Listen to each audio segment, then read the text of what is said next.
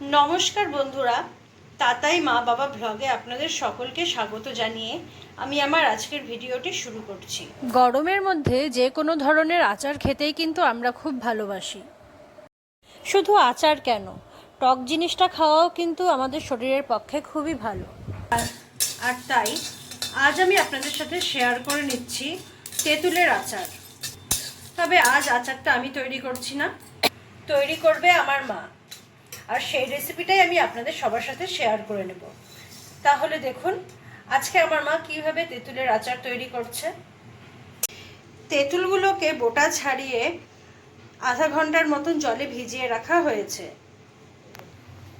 এখন জলটা ফেলে দিয়ে তেঁতুলটাকে ভালো মতন চটকে নিতে হবে।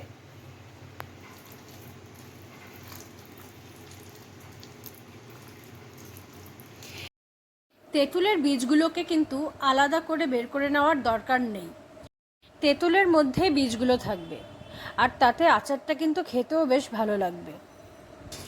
এখন আচারের মশলা তৈরি করার জন্য একটি শুকনো খোলায় কয়েকটা লঙ্কা দিয়ে লঙ্কাটাকে আগে ভেজে নেওয়া হচ্ছে।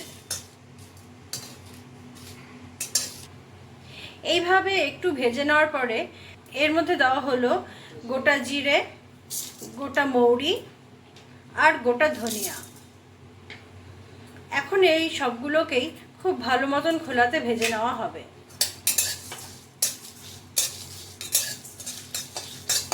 মশলাটা খোলায় ভাজা হয়ে গিয়েছে, এখন ঢেলে রাখা হবে একটি পাত্রে। ঢালো। মশলাটা ঢেলে রাখার পরে কড়াইয়ে সামান্য জল নিয়ে নেওয়া হলো, আর তার মধ্যে দিয়ে দেওয়া হচ্ছে গুড়ের টুকরো। এইভাবেই জলটা এখন গরম হয়ে গেলেই গুড়টাও গলে যাবে।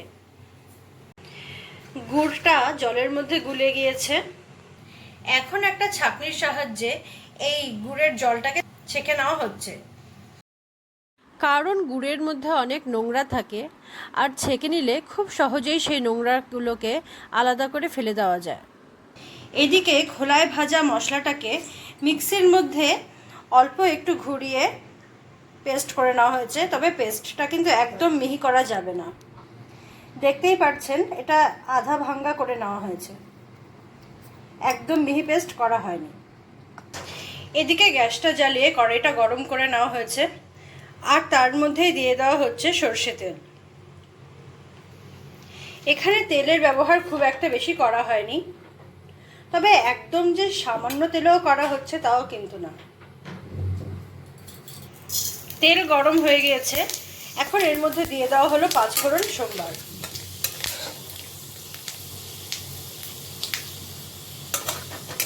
ফোড়নের থেকে খুব সুন্দর গন্ধ বেরোলে এর মধ্যে দিয়ে দিতে হবে আগে থেকে চটকে রাখা তেঁতুল। তারপর তেলের মধ্যে এই তেঁতুলটাকে খুব ভালো মতন ভেজে নিতে হবে।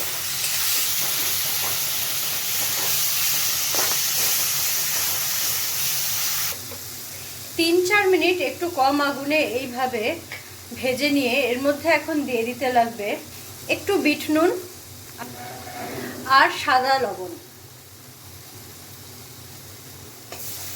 এগুলোকে এখন ভালো মতন মিশিয়ে নিতে হবে। এখন এর মধ্যে ছেঁকে রাখা গুড়ের জলটা ঢেলে দিতে হবে।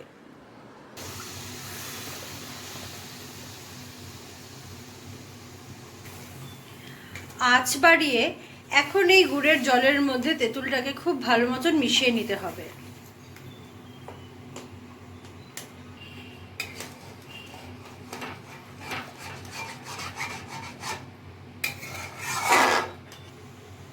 এইভাবে তেঁতুলটাকে কিছু সময় গুড়ের শিরার সাথে জাল করে নিতে হবে। বন্ধুরা, আপনারা দেখতেই পাচ্ছেন কিভাবে রোদে দেওয়ার ঝামেলা ছাড়াই কত সহজ পদ্ধতিতে আজ আমি আপনাদের সাথে শেয়ার করে নিচ্ছি তেঁতুলের আচারের টক ঝাল মিষ্টি রেসিপিটি। যদি আজকের আমার এই রেসিপিটি আপনাদের ভালো লেগে থাকে তবে অবশ্যই আমার চ্যানেলটিকে সাবস্ক্রাইব করে দেবেন, আর আমার ভিডিওটিকেও লাইক করে দেবেন। গুড়ের শিরাটা অনেকটাই টেনে এসেছে, তাই এখন এর মধ্যে দিয়ে দেওয়া হচ্ছে 1 ঢাকনার মতন ভিনিগার।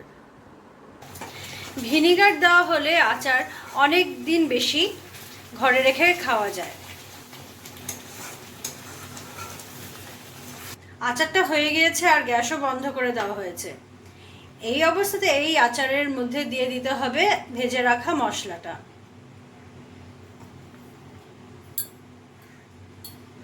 মশলাটা দেওয়া হয়ে গেলে মশলাটাকে খুব ভালো মতন আচারের সাথে মিশিয়ে নিতে হবে আর তারপরে ঢাকা দিয়ে কিছু সময়ের জন্য রেখে দিতে হবে, যাতে মশলার গন্ধটা আচারের মধ্যে খুব ভালো মতন মিশে যেতে পারে। আর তারপর ঠান্ডা হয়ে গেলে আচারটাকে সংগ্রহ করে রাখবো একটি কাচের বয়ামের মধ্যে। কাচের পাত্রতেই কিন্তু আচার বেশি দিন ভালো থাকে। আচারটা একদম ঠান্ডা হয়ে গিয়েছে। এখন আচারটাকে একটা কাচের বয়ামের ভিতরে ভরে রাখা হলো।